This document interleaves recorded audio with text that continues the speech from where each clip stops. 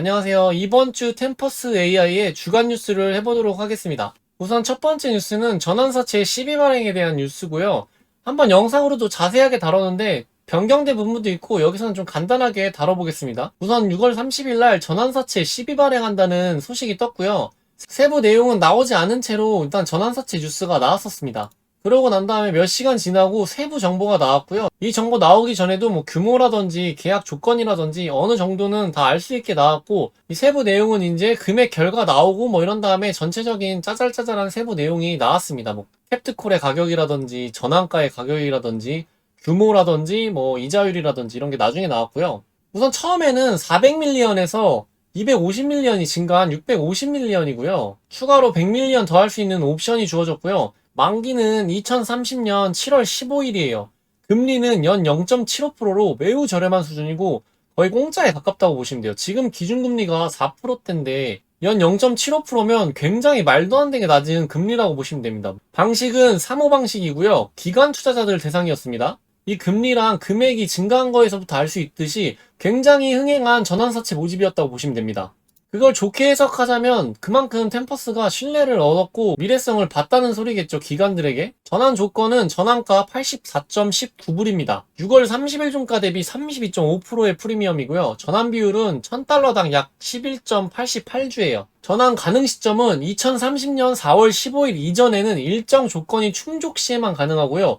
이후에는 만기 직전 2일 전까지 조건 없이 자유롭게 전환이 가능합니다.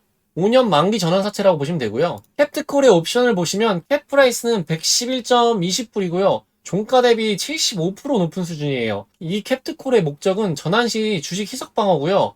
즉 84.19불에서 111.20불 구간 내에 전환 시 회사가 주가 희석이 안 되도록 보호하는 장치라고 보시면 됩니다. 금융기관과 체결했고 대형 기관들이 딜에 참여하고 있음을 의미해주고요. 시장 관행상 이런 캡트콜 구조는 골드만삭스, 모건스탠리, JP모건 등 대형 기관들이 참여하는 것이 일반적이지만 아직 공식 확인은 안 된 상태입니다. 그냥 관행상 이런 대형 기관들이 참여하는 것이 일반적이다라고 생각하시면 되고요. 자금의 사용처가 굉장히 중요한데 자금의 사용처는 기존 고금리 부채예요. 선순위 담보대출 상환인데 여기에 274.7밀리언을 사용하고요.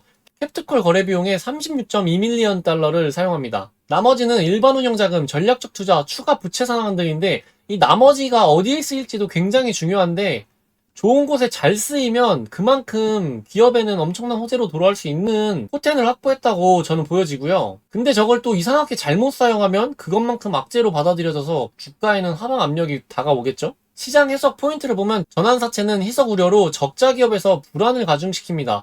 최근 이 거래가 약 12% 이상이 하락했거든요. 구조적 긍정은 고금리 부채를 제거했고요. 기관 수요가 폭발했습니다. 금리는 낮고 프리미엄이 높아요. 이거는 기관들끼리 경쟁이 붙었기 때문이고요.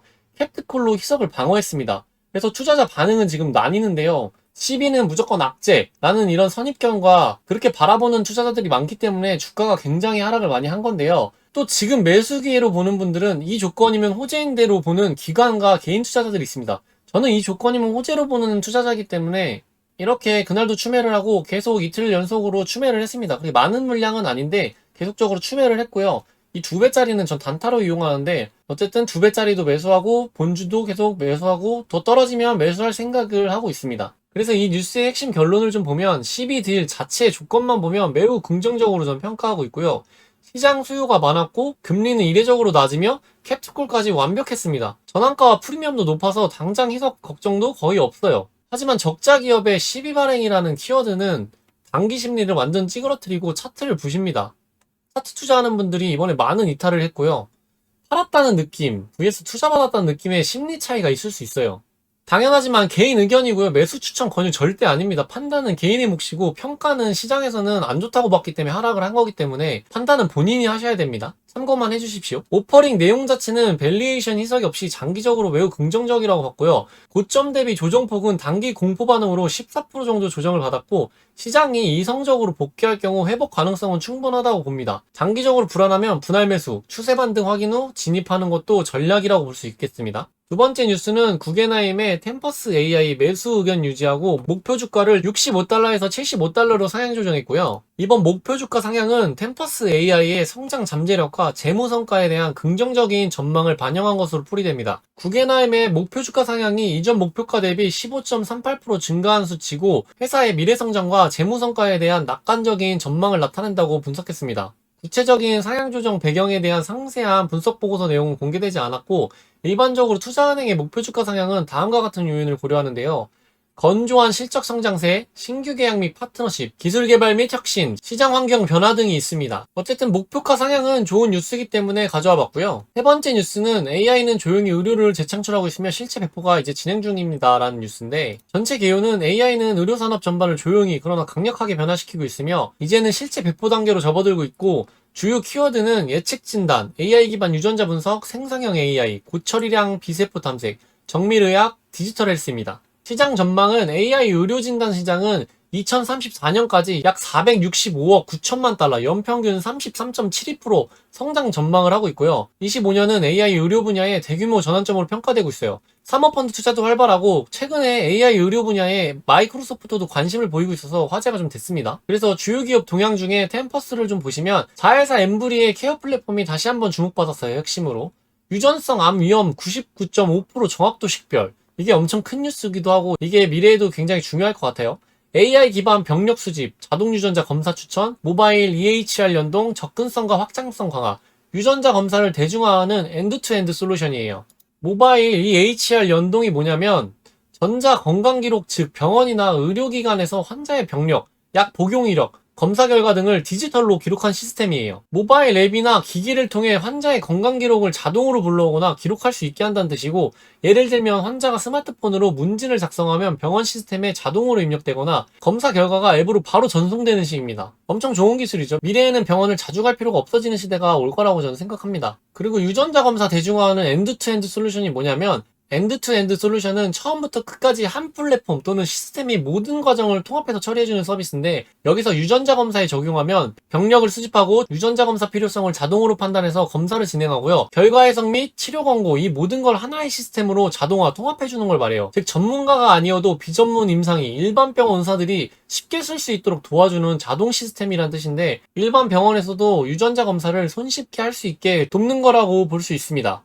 결국에 이런 시스템들이 템퍼스에게는 굉장히 좋은 역할을 한다고 보시면 됩니다. 실적도 당연히 더 좋아질 거고요.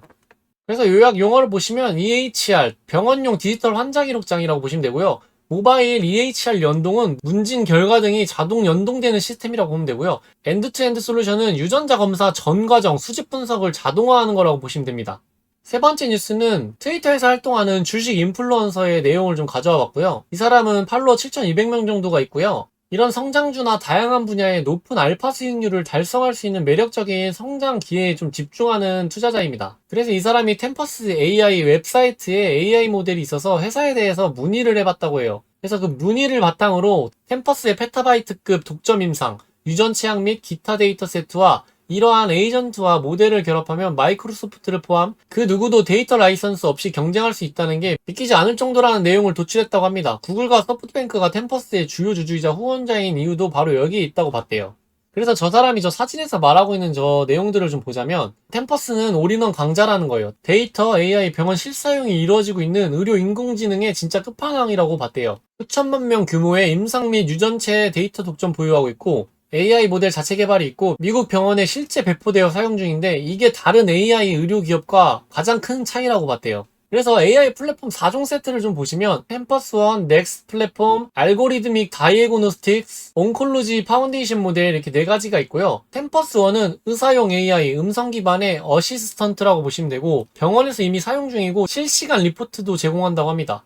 넥스트 플랫폼은 생성형 AI 기반 임상 의사결정 플랫폼이에요. 진료격차 자동 탐지 LLM 통합이고, 알고리드믹 다이애고노스틱스는 AI 기반 유전자 질환 진단 키트로 HRD, 퓨머 오리진 등 자체 알고리즘이 있고, 온콜로지 파운데이션 모델은 아스트라제네카와 파토스와 공동 개발, 대형 종양학 LLM이 있고 라이선스 수익화가 가능하다고 합니다. 돈 버는 구조도 완성형이라고 해요. 진단 키트 매출, 고마진 구조고, 의사 대상 AI 어시스턴트, 템퍼스1이 있고요. AI 모델 라이선스 판매, 데이터 기반 플랫폼, 확장성 무한대, 이렇게로 봤다고 합니다. 시장 신뢰도도 급상승 중이라고 평가했는데, 구겐하임, 모건 스탠리 등 목표 주가 75%까지 상향했고, 구글, 소프트뱅크, 주주이자 파트너인 아스트라제네카, 미국 내 다수 병원에 실제 사용되는 레퍼런스를 확보하고 있는 기업이라고 해요.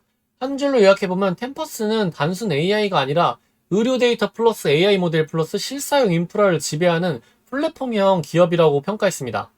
저도 이 사람이 템퍼스에 직접 물어보고 확인해서 가져온 정보들에 대해서 동의하는 부분이 많은 내용이었습니다. 네 번째 뉴스는 템퍼스에서 최근 발표한 연구에 관련된 뉴스고요. KRAS 돌연변이 상태에 따른 폐암 환자 맞춤 치료 연구인데 핵심 배경은 대상질환, 진행성 비소세포암, 치료 방식, 면역광문 억제제 단독 또는 화학요법을 병용한다고 하고요. 분석 방법은 템퍼스의 실제 임상 데이터, RWD 기반 후향적 분석, 환자 수는 1980명이라고 해요. 주요 연구 목적은 KRAS 돌연변이 여부에 따라 1차 치료 결과, 전체 생존기간 MOS가 어떻게 달라지는지를 분석했고, PD 에런 발현 수치 및 공동 돌연변이 여부에 따른 세분화된 예후를 비교했고, 핵심 결과를 요약해보면 전체 환자 중 KRAS 돌연변이 환자 비율은 약 33.4%였다고 하고요. KRAS 돌연변이에 PD-L1 발현하면 코호트에서 생존율이 가장 높았다고 해요. 반대로 STK11이나 KAP1 돌연변이가 있으면 예후가 나쁘다고 해요. 저게 좀 말이 어려운데 간단하게 요약해보면 암도 유전자 따라 다르고 어떤 유전자는 치료가 잘 듣고 오래 살고 어떤 유전자는 치료가 잘 안 듣는다. 그래서 정밀하게 맞춤 치료가 중요한 시대가 왔다는 거예요. 근데 저걸 템퍼스 연구를 통해서 알아냈다는 겁니다. 그래서 이게 뭐가 중요한데라고 물어보시면 템퍼스가 이제 이렇다는 것을 연구를 통해서 알아낸 거고요. 의미를 보시면 향후 개인 유전체 기반 정밀 맞춤 치료의 필요성이 시사된 연구고요. 템퍼스의 강점이 강조됐다고 보시면 돼요. 실제 임상 데이터를 기반으로 예측 가능한 치료 반응 분석에 맞춤형 치료 알고리즘 설계에도 활용이 가능하고 템퍼스 AI 플랫폼에 정밀의료 역량이 입증된 사례 중 하나라고 보시면 됩니다. 템퍼스의 저런 연구들을 통해 템퍼스가 왜 중요하고 앞으로 미래에 왜 강점이 있는 기업인지에 대한 설명 정도의 뉴스라고 보시면 될 것 같습니다. 그리고 오늘 마지막 뉴스는 그냥 채용 공고가 있길래 한번 가져와 봤습니다. 템퍼스에서 지금 채용 중이라고 합니다. 템퍼스 약물 R&D 플랫폼 발전을 위한 분석 프로젝트 및 역량 강화를 위해 담당 제약 R&D 부분 응용 머닝러신 및 생성 AI 담당 수석 과학자를 모집하고 있다고 해요. 조건이 되시는 분은 지원을 한번 해보시기 바랍니다. 오늘 준비한 주간 뉴스는 여기까지고요. 이번 주는 미국 독립기념일로 오늘로서 장이 마감됐고요. 다음 주에 새로 시작되는데요. 제가 이번 주 토요일에 미국으로 10일 정도 여행을 가기 때문에 금요일까지의 뉴스만 좀 정리를 해봤습니다. 그래서 다음 주는 아마 영상이 못 올라갈 것 같고요. 한 번에 몰아서 올려야 될 것 같은데 그 점 양해를 좀 부탁드리고요. 저는 7월 15일 날 한국에 귀국을 해서 그때부터 다시 영상을 올릴 수 있을 것 같습니다. 오늘 영상은 여기까지고요. 템퍼스 주주시거나 영상이 마음에 드셨다면 좋아요와 구독 부탁드리겠습니다. 감사합니다.